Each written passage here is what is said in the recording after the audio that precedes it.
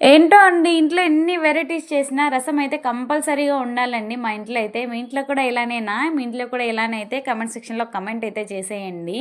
ఎన్ని వెరైటీస్ చేసినా, ఆఖరికి నాన్ వెజ్ చేసినా, ఏం చేసినా సరే మా ఇంట్లో వచ్చే ఒకే ఒక కామన్ డైలాగ్ వచ్చేసి రసం లేదా అని.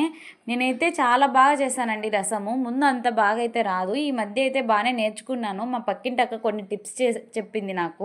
ఇలా చెయ్యి టేస్ట్ చాలా బావుంటుంది. నేను ఇలానే చేశాను. మా అత్తగారు నాకు ఇలానే చెప్పారని. ఏం లేదంటండి కొంచెం మనము తిరువాత పెట్టేటప్పుడు కొంచెం వెల్లుల్లి, ధనియాలు, జీలకర్ర కచ్చాపచ్చాగా దంచేసి తిరువాతలో వేసి ఇలా మిక్స్ చేసేస్తే రసం పొడితో పాటు చాలా టేస్ట్ అయితే వస్తుందండి. మీరు కూడా ఇలానే ట్రై చేయండి. చాలా అంటే చాలా బాగా వస్తుంది. నేనైతే ఖచ్చితంగా ప్రతిరోజు రసం అయితే చేశానండి. ఇప్పుడైతే చాలా బాగా చేస్తున్నాను. మా హస్బెండ్‌కి కూడా ఇలా చేస్తేనే ఇష్టం అంటండి. చాలాసార్లు చెప్పాడు ఇదే విధంగా చెయ్యి చాలా బాగుంది టేస్ట్ అని. అందువల్ల అయితే ఫైనల్‌గా మా హస్బెండ్ చేత అయితే మంచి మార్క్స్ అయితే కొట్టేశా అండి రసంతో నేను.